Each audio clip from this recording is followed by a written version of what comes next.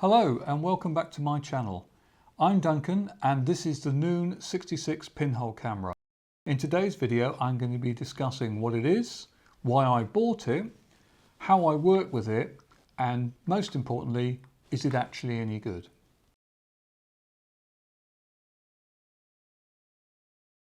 So I got this camera on a certain auction site. I've been playing around with pinhole cameras for a few years now, working with both homemade cameras and ones like this 5x4 inch zero image camera, which I've reviewed elsewhere. I was looking particularly for a 120 camera because I felt that I wanted something which was going to be a bit easier to use, a bit more casual to work with. I also wanted to explore working in colour. And so I thought if I used a 120 camera, I would be able to experiment with colour and find out whether colour pinhole photography was for me without breaking the bank, because obviously working in colour with 5.4 is really expensive these days. Anyway, I found this on the auction site. I went for it and I got it. The Noon 66 is one of a series of wooden pinhole cameras made by Polish craftsman Jacek Urbanik. Apologies for my Polish pronunciation there, it's not very good, I'm afraid. He makes three different types of camera. He makes the 66, he makes the 612 multi-format camera, and he also makes a 4x5 camera, the 45W. The cameras are made from walnut and they are finished to a very high quality. The 66 then, unsurprisingly, shoots 6x6 centimeter images. That gives us 12 on a 120 roll. It has a focal length of 30 millimeters, which gives an angle of view approximately equivalent to 17 mil in 35 millimeter terms. Although I think that's a little bit misleading because obviously it's a square image, it's a completely different shape. I would say the look and the feel of the images is much more akin to working with maybe a 20 mil on a full frame DSLR. It also has an aperture value of around 150. It has a simple shutter mechanism, this kind of paddle shutter, and all we need to do to open it is press down to rotate it out of the way and press back up again in order to close the shutter. The only problem I have with this camera is to do with this shutter mechanism. As I mentioned earlier, I wanted to shoot colour negative. I wanted to shoot some colour film with this camera, and the slowest colour film on the market is only about 100 ISO, something like Kodak Ektar. And the problem is, colour film of that type, 100 ISO colour film such as Ektar, has pretty good reciprocity characteristics, meaning that you don't really need to worry about changing the exposure up, adding in some reciprocity failure calculation until you get to maybe 6, maybe 10 seconds. And that, coupled with the fact that this only has an aperture of f150, means that in bright sunlight, with that colour film, the chances are you're going to need an exposure that's somewhere between maybe half a second and 2 seconds.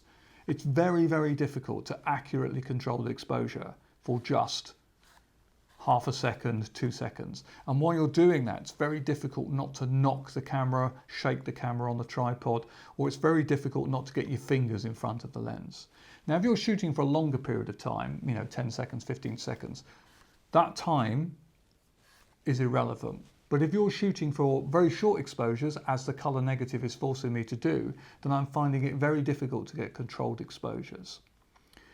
Now, black and white, not a problem, because if you use something like Fomapan, which famously has really poor reciprocity characteristics, it's not difficult to get to 10, 15, 20 second exposures, even in bright sunlight with Fomapan.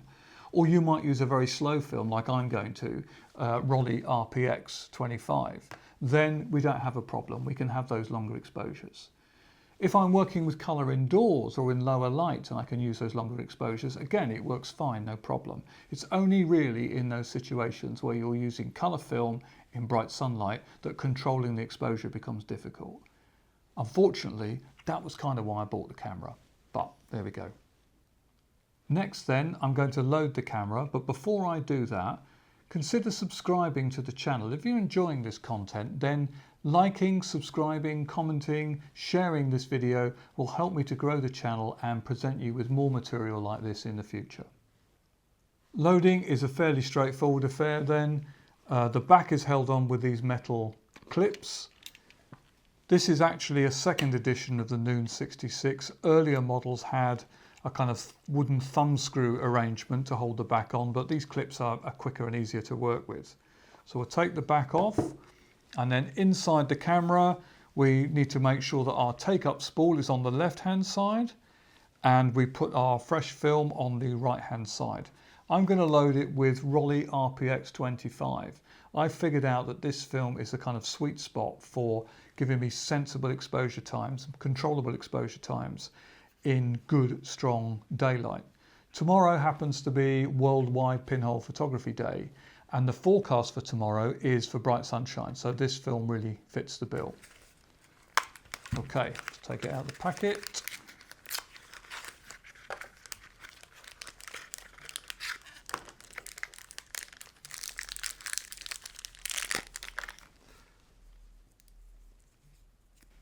And then we need to put the film on this side here. Now the problem is, it's quite difficult to get your fingers in there, and especially for someone like me with big hands. But the camera does have these removable baffles, so I can take this baffle out, fit the film in this side,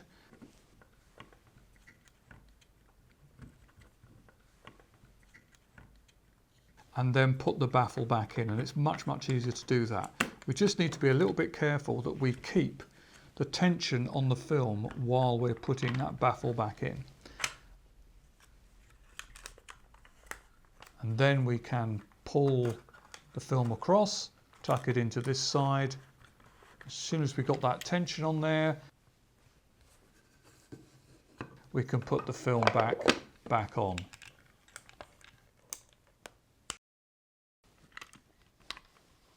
And then it's simply a question of winding on until we see through this inspection window here the first frame number appear. Can be a little bit tricky because this hole is quite recessed, it's not very bright. Some film stocks have not very brightly printed numbers on the paper, and they can be a little bit difficult to see as well. So we keep winding until we see frame number 1. If we go a bit too far, it doesn't matter because this is a non-mechanized wind on. It's a simple wind on mechanism. We can actually just wind it back a little bit. In fact, I've got into the habit of, whilst I've shot, before I wind onto the next frame, I just turn back a small, very small amount to take up the tension on the film before I then advance it to the next frame. When we come to shoot with the camera, framing can be a little bit of guesswork. There aren't any sight lines or markings to indicate the angle of view on the camera, and there's no bubble level either, no spirit level. That's not a huge problem. I can add my own spirit level. I can put one on top, and also I can use a viewfinder app on my phone to work out what the angle of view and what the composition actually is. You could add your own sight lines. I haven't done that because, quite frankly, I don't want to spoil the finish of the camera. But you could do that. You could do that quite easily. When it comes to making the exposure, obviously you've got to do an exposure calculation, take a light meter reading, make a calculation. Don't forget the reciprocity failure. And then when you're ready to make the exposure, open the shutter right up and then close the shutter again. And then when you've done that, simply wind on to the next frame number using the inspection window on the back. Results then? Well, the images have noticeably less definition than those I get from my Zero Image 45, but they're bound to, it's a smaller format. They are comparable though with images from other medium format pinhole cameras. The quality of any pinhole camera is really governed by the quality of the pinhole itself, by which I mean both its size, its aperture, and the precision with which it's been made, the roundness of the pinhole if you like. Other than that, the camera just needs to hold the film in place and to be light tight. In these respects, the Noon is absolutely fine. I'm quite happy with the look and feel of the pictures I'm getting from this camera, although I would be reluctant to enlarge them significantly. Something like 7 by 7 inches in print is nice. The Noon 66 is a well-crafted artisan pinhole camera.